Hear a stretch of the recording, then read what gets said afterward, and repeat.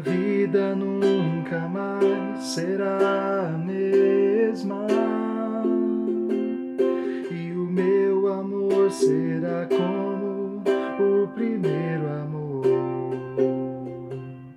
O meu coração entreguei totalmente a ti. Tu criaste nele uma fonte de vida eterna. Minha vida nunca mais será a mesma, e o meu amor será como o primeiro amor. O meu coração entreguei totalmente a ti. Tu criaste nele uma fonte de vida eterna. E se as provações vêm sobre mim, em Cristo eu sou mais que vencedor. Eu sei que não há outro além de ti no universo. Eu sei que não há rocha além de ti que eu conheça, que prepara uma mesa para mim na presença dos meus inimigos. Eu sei que não há outro além de ti no universo. Eu sei que não há rocha além de ti que eu conheça, que prepara uma mesa para mim na presença dos meus inimigos. E quando as provações vêm sobre mim, em Cristo eu sou mais que vencedor. Eu sei que não há outro além de ti no universo.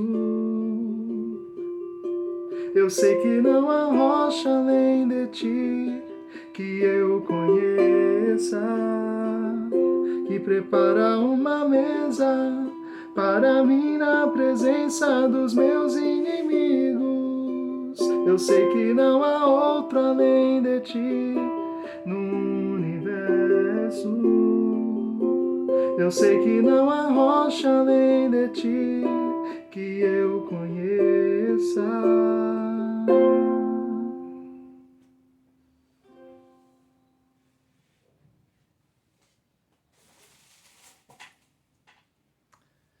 Essa foi uma canção que eu escolhi para fazer referência ao tema que eu vou estar trazendo hoje.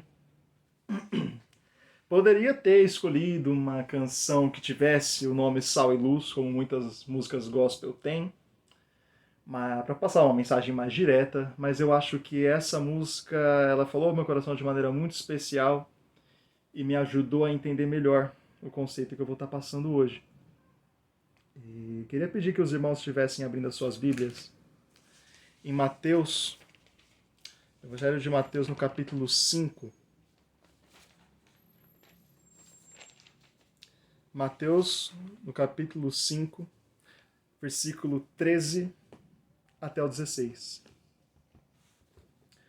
Vocês são o sal da terra. Mas se o sal perder o seu sabor, como restaurá-lo? Não servirá para nada, exceto para ser jogado fora e pisado pelos homens. Vocês são a luz do mundo. Não se pode esconder uma cidade construída sobre um monte. E também, ninguém acende uma candeia e a coloca debaixo de uma vasilha. Ao contrário, coloca no lugar apropriado e assim ilumina a todos que estão na casa. Assim, brilha a luz de vocês diante dos homens, para que vejam as suas boas obras e glorifiquem ao Pai de vocês, que está nos céus. Então vamos lá. O sal, ele tem uma função primordial de temperar, né? É para que a gente mais usa ele. Mas naquela época, quando não existia geladeira, o sal era muito usado para conservar alimentos também, né? Não tinha outra tecnologia para isso, né? Então, o sal, por ele ter essa propriedade química de retirar a umidade dos alimentos, né? Através de osmose, pegar a água que tem nos alimentos. Isso é o que o cloreto de sódio faz, né? O cloreto de sódio é o principal componente que tem dentro do sal. E ele tira a água dos alimentos por osmose e assim ele cria uma condição que fica muito difícil para os micro-organismos se proliferarem, né? Então fica mais difícil do alimento estragar. Então, quando Jesus ele diz para a gente que a gente é sal, ele está querendo dizer o seguinte, que nós temos um objetivo no mundo que é impedir que ele apodreça por completo. O mundo ele jaz no maligno, né? Por o mundo jazer no maligno, ele está em constante processo de putrefação, ele está apodrecendo constantemente, né? Mas por nós sermos sal, isso coloca a gente na posição de impedir que as vidas apodreçam junto. É bom a gente já ir colocando essa noção logo do começo. A gente não permitir que as vidas apodreçam junto do mundo. Isso a gente faz através do poder do Evangelho. É fundamental a gente lembrar que a nossa função como cristão, a função da igreja de forma geral, é ser justamente a última esperança dessas causas perdidas. Então, uma pessoa que está perdida no mundo, que não tem mais o que fazer em meio aos seus problemas, nós somos a última esperança. A salvação, através de Cristo, esse resgate que Cristo faz na vida de uma pessoa, essa é a última esperança. E a gente tem que saber o peso que a gente carrega nisso. É uma coisa muito forte e é bom a gente refletir. Um outro ponto muito importante é que sal não pode desempenhar sua função se ele continuar dentro do saleiro. Entende? Sal dentro do saleiro não faz nada. Ele tem que sair. Né? Algumas histórias da Bíblia elas ilustram esse conceito. Vamos lembrar da história de Nínive. Né? Era uma cidade que Deus havia decidido destruir devido à podridão da cidade. Mas eis que se levanta um servo de Deus, que é Jonas, e ele traz uma palavra que quebranta todos aqueles corações, transforma a cidade, ele foi sal no meio daquele povo, e assim Deus, por fim, decidiu não destruir a cidade. Ele poupou. Né? Mas a gente sabe que para Jonas chegar nesse caminho de ser sal para o povo, ele demorou muito para sair do saleiro. Né? Então, você olha para a vida dele e você vê que ele precisou ser engolido por um grande peixe. Ele precisou ter essa experiência tão dura para enfim se render à vontade de Deus, enfim se desfazer daquele espírito de covardia e adquirir a fé para aquela missão. Né? Isso chama a atenção para a gente perceber que, assim como Jonas, a gente pode também perder a nossa capacidade de salgar. Né? Sermos sal, a gente também pode perder a nossa função. Né? Mas é bom que a gente tenha em mente que isso pode ser resgatado. Você pode perder de vista o seu objetivo, perder a sua capacidade, suas funções como sal, mas isso pode ser resgatado. A gente vai estar vendo isso durante essa reflexão. Vamos voltar então para o texto inicial, em Mateus 5, se atentando especificamente ao versículo 13. Vocês são o sal da terra, mas se o sal perder o seu sabor, como restaurá-lo? Não vai servir para nada, exceto para ser jogado fora e pisado pelos homens. Aqui tem mais um contexto histórico para colocar. Naquela época não existia indústria de refinamento para sal. Né? Então, o sal que era coletado, ele vinha com outras substâncias junto. Não era só o cloreto de sódio que eu falei. Ele não era um sal puro. Então, ele tinha também cloreto de magnésio, sulfato de cálcio. Então, essas impurezas, elas faziam com que o sal perdesse suas propriedades mais rápido. Né? E quando o sal ele perde a sua função, o que sobra para fazer com ele, né, naquele momento, naquele local, eles pegavam esse sal estragado e jogavam no chão, nas estradas, no chão dos templos, nas cidades, para derreter neve.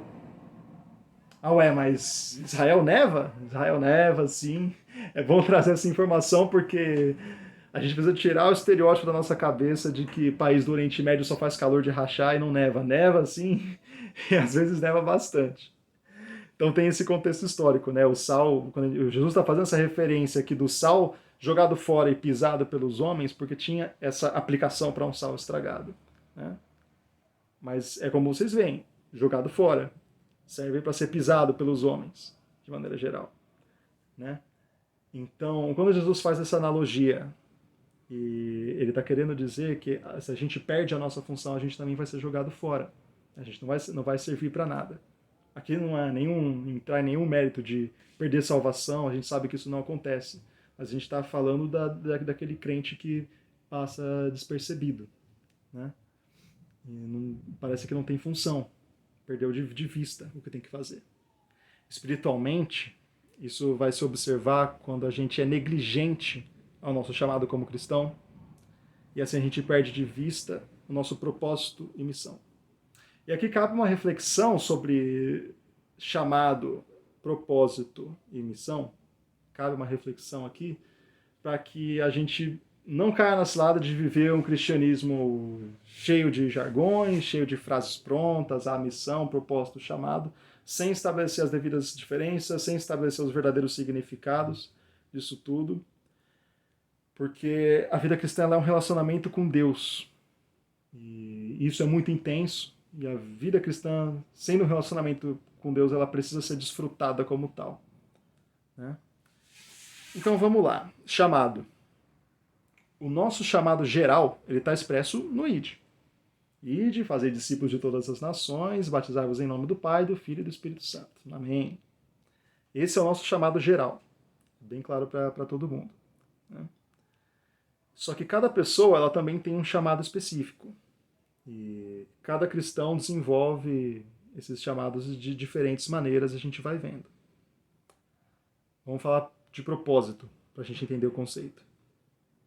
A gente também tem um propósito eterno, um propósito geral também, assim como temos um chamado geral. E o nosso propósito eterno, ele está exposto em Efésios 1, que basicamente fala que a gente tem que trabalhar para a glória de Deus.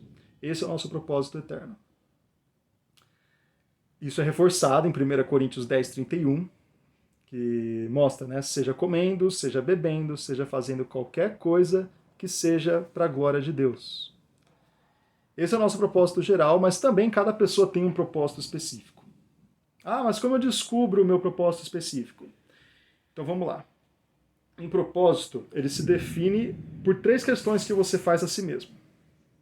Primeiro, o que eu tenho prazer em fazer? Segundo, o que eu tenho habilidade em fazer? E terceiro, o que mais me incomoda no mundo?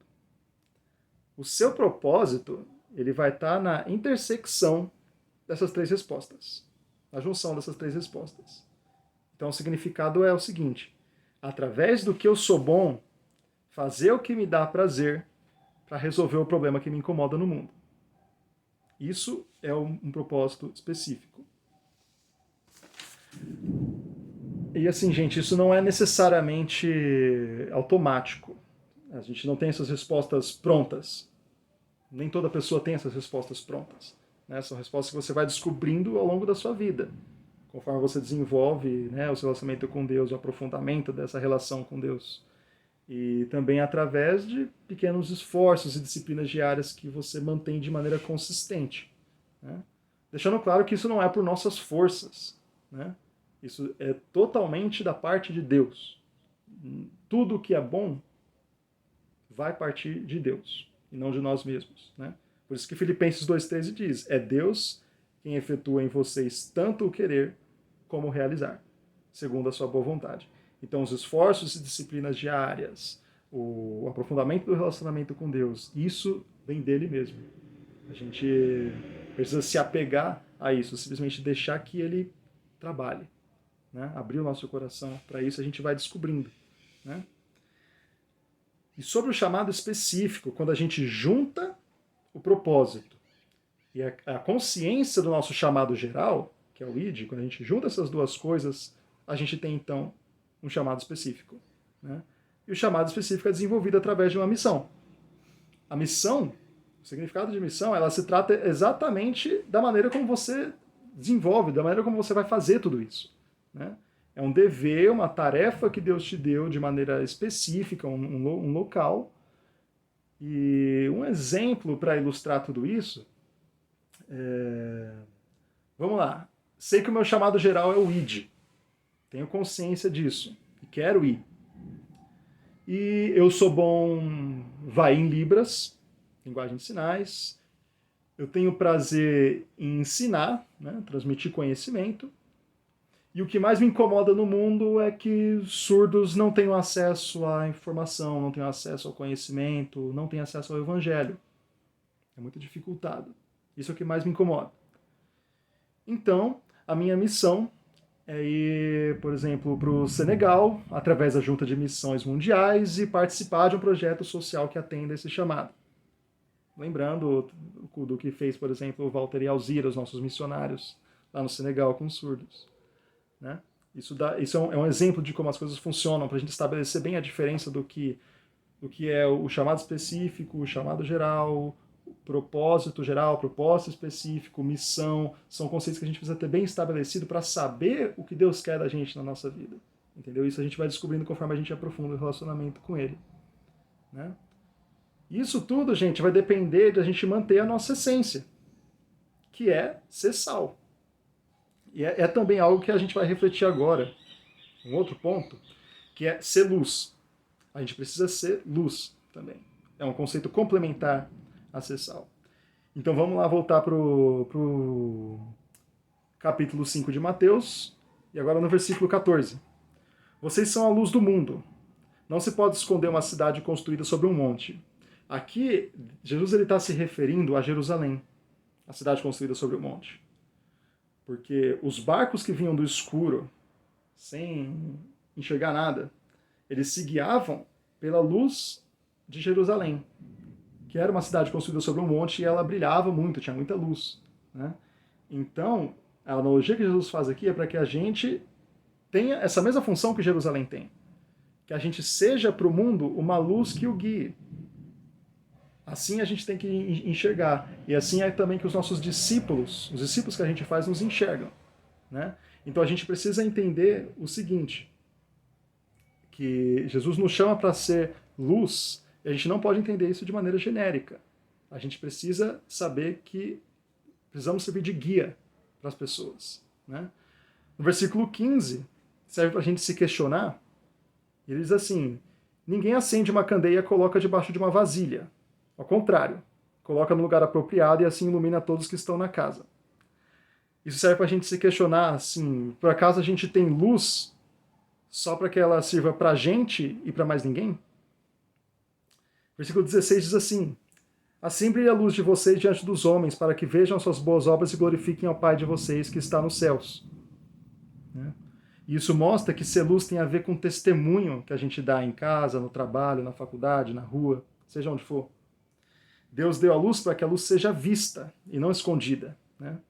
Tem pessoas que são cristãs e, como eu disse, elas passam desapercebidas. Né? Que se elas não avisam que elas são crentes, ninguém vai saber. Né? Cabe a gente refletir se a gente está sendo um desses. Né? A luz se trata de testemunho, como a gente viu, e ela também se trata de ser revelação. Primeiro, Jesus, ele nos chama de luz porque ele mesmo é luz. João 1, que fala da pessoa de Jesus, nos versículos 4 e 5, diz assim, nele estava a vida, e esta era a luz dos homens. A luz brilha nas trevas, e as trevas não a derrotaram. Então aqui, Jesus mesmo é apontado como luz. Jesus é luz, a luz que resplandeceu das trevas, e as trevas não a derrotam. Então, como Jesus é luz, ele é revelação também. Porque no mesmo capítulo, no versículo 18, ele diz o seguinte, ninguém jamais viu a Deus, mas o Deus unigênito, que é Jesus, que está junto ao Pai, é quem o revelou. Duas complementações para esse versículo. Primeiro, em 2 Coríntios 4, versículo 6, Deus diz, das trevas resplandeça a luz. Ele mesmo brilhou em nossos corações para a iluminação do conhecimento da glória de Deus na face de Cristo. Então, a gente está vendo aqui que Jesus ele revela a Deus. Então, por isso que a gente está trazendo o ponto aqui de que ser luz, além de tratar de testemunho, trata também de revelação. Porque o objetivo é que as pessoas possam enxergar a um Deus invisível, conhecer a um Deus que parece tão distante e inacessível, através da gente. Então, João 12, versículo 45 e 46, também vai trazer um complemento. Jesus fala assim: quem vê a mim, vê aquele que me enviou. Eu vim como luz para o mundo, a fim de que todo aquele que crê em mim não permaneça nas trevas. Atos 13, 47 tem a ordenação para que a gente seja luz, né, para levar a salvação até os confins da terra. E aqui tem um ponto muito interessante que vai de encontro ao que a gente falou sobre ser sal. Né? Porque se ser sal trata de você não deixar que as vidas apodreçam junto do mundo, e ser luz é você desempenhar esse papel de guia na escuridão para as pessoas, resgatar as pessoas. Então, isso tem tudo a ver com trazer essa mensagem de salvação. Tem tudo a ver com você mostrar o evangelho como um estilo de vida, porque é isso que ele é. Mais do que uma mensagem, mais do que palavras, né? O evangelho é a mensagem da salvação e ele é um estilo de vida. E as suas atitudes, as suas palavras mostram isso, né? E assim vai fazendo cada vez mais sentido aquela ideia de que ser cristão é imitar Jesus. Porque se Jesus é luz, né, e ele nos chama de luz, então a gente está vendo uma imitação acontecendo aqui. Né? Eu e você estamos imitando a Jesus, porque somos luz porque ele é luz. Né? E o tipo de luz que a gente deve ser é exatamente o tipo de luz que Jesus foi. E isso está muito bem expresso na Bíblia inteira, que aponta para Cristo, no Novo Testamento, primeiramente nos Evangelhos, mostrando diretamente o ministério de Jesus, e depois em Atos, quando Jesus subiu aos céus. Em Atos dos Apóstolos tem os relatos de quem ficou, um destaque muito grande para Pedro, para Paulo. Mais à frente as orientações às igrejas, Efésios, Coríntios, Colossenses, Tessalonicenses. É uma coisa muito preciosa mesmo, e nos orienta como ser o tipo de luz que Jesus foi. Né?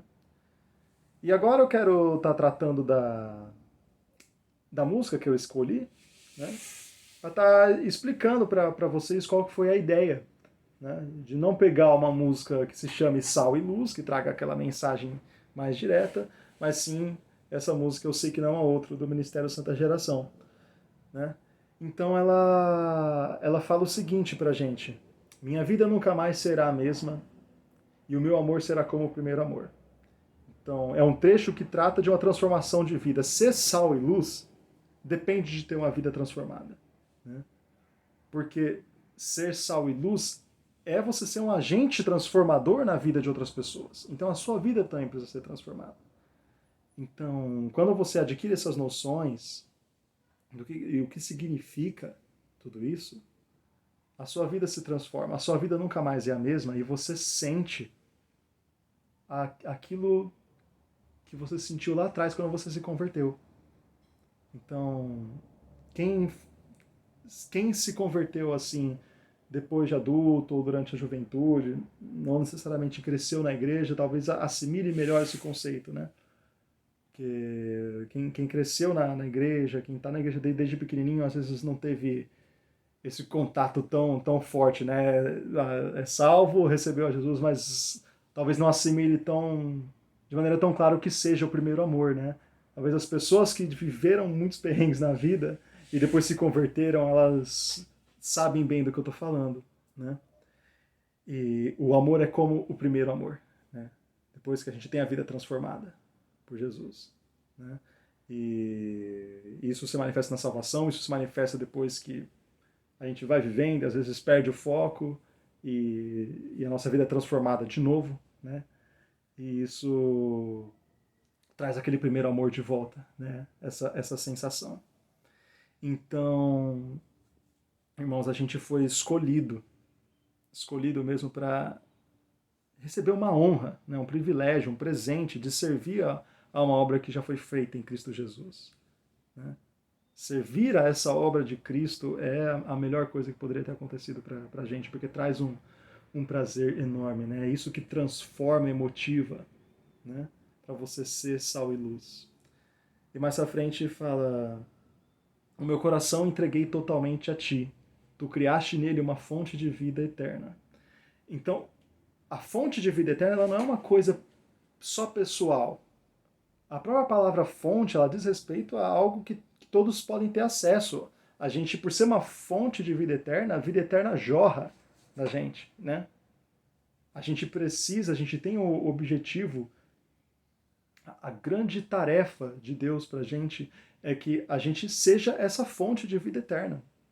A gente não guardar a nossa luz para nós mesmos, né? Não colocar a luz na vasilha, como estava sendo dito no versículo, mas para que a gente seja visto, e a nossa luz seja vista, assim as pessoas possam ver a Deus. Através de Jesus, e isso movido pelas nossas palavras, nossas atitudes. Né? Então, a gente tem que saber que isso é um privilégio muito grande. Né? Isso é o que nos move. E é importante também a gente estar falando de outra parte da música que diz assim: e quando as provações vêm sobre mim, em Cristo eu sou mais que vencedor. Então, a gente lembra diretamente de histórias da Bíblia como a de Jonas, de que as provações vêm, Jonas desistia, e a gente não pode se acovardar, sabe? A gente não pode esperar ser engolido por um peixe, ter uma experiência enorme para conseguir tomar algum tipo de atitude, sabe? A gente não pode se acovardar, a gente tem que tomar as nossas atitudes. Quando as provações vêm sobre mim, eu sei que em Cristo eu sou mais que vencedor. Então, Ele está junto. A gente tem que acreditar que Jesus está junto. Ele diz que Ele está, Ele diz que Ele não vai abandonar. Então, a gente não pode perder a fé. A gente não pode perder isso de vista, né? A gente já é vencedor nele. Então, a gente tem que tomar coragem de encarar aquilo que a gente vê pela frente que parece improvável. Né? E mais uma parte à frente que diz assim: preparas uma mesa para mim na presença dos meus inimigos. Né?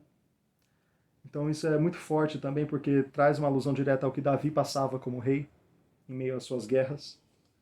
E a Bíblia fala que Davi era um homem segundo o coração de Deus, apesar dos erros que ele cometia. Deus ele fazia um banquete para Davi, na presença dos inimigos de Davi. Isso, de maneira figurada na nossa vida, não só, os nossos inimigos não são necessariamente pessoas, podem ser situações, também coisas que a gente passa, o pecado, ou o que o mundo tenta nos oferecer.